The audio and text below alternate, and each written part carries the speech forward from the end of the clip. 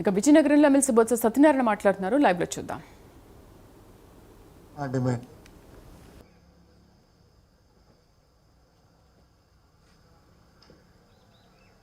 Okay,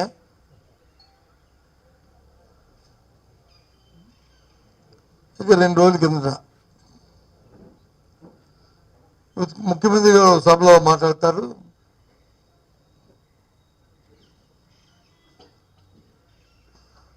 ఈ 2.5 సంవత్సరాల్లో 2 సంవత్సరాల్లో సుమారు 1,50,000 కోట్లు 1,40,000 కోట్లు వేల కోట్లు సంక్షేమానికి ఖర్చు పెట్టాం. వస్తున్న జీతాలు వస్తున్న ఆదాయం జీతాలకి సరిపోతుంది, ఉద్యోగ జీతాలకి సరిపోతుంది.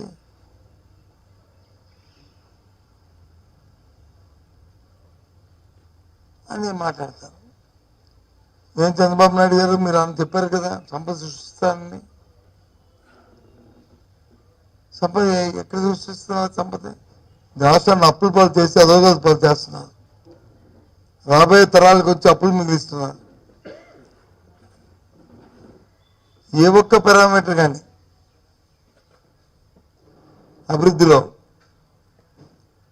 ఈ దేశంలో ఆంధ్ర రాష్ట్రం మొదలుగా ఉందని చెప్పండి.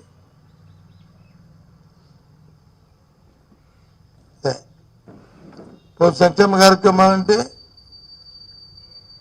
రియంబర్స్మెంట్ ఇవ్వట్లేదు.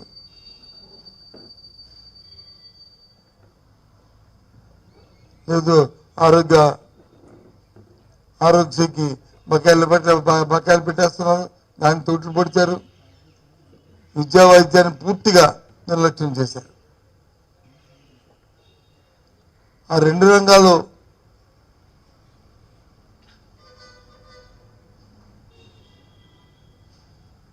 నిర్లక్ష్యం చేసి అందులో ఉన్న విద్యార్థులు కానీ లేకపోతే ఎవరికైనా సరే బాగులేకపోతే ఆరోగ్య సమస్య వస్తే ఆ కుటుంబాలు కానీ ఎంతో బాధపడుతున్న పరిస్థితి, ఇంత హీనమైన పరిస్థితి రాష్ట్రంలో ఉంది. మళ్ళీ గొప్ప గొప్ప మాటలు చెప్తారు. దేనికోసం? రైతాంగానికి అయితే దేనికైనా ఒక గిట్టుబాటు ధర ఉందా? ఏ ఒక్క పంటకైనా సరే చెప్పండి. ఏదో ఒక సాకు అడిగితే ఎవరి మీద పెట్టాడు.